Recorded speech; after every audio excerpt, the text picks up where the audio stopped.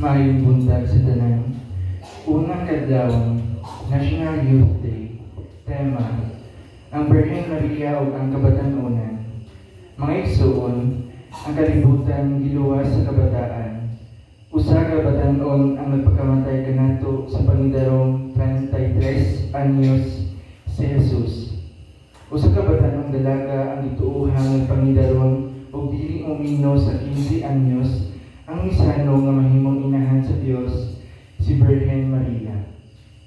Niining pagsugod nato sa ikasiliyang pagkadlawon, isip pagpangandam sa pagkatawo sa atong Ginoong Jesus, nga mao usab ang atong pagpasidungog sa mahal nga inahan.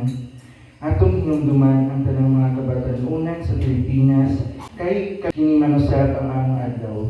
Atong iampo nga unta makasunod kami sa batanong Jesus o sa batanong Birhen Maria.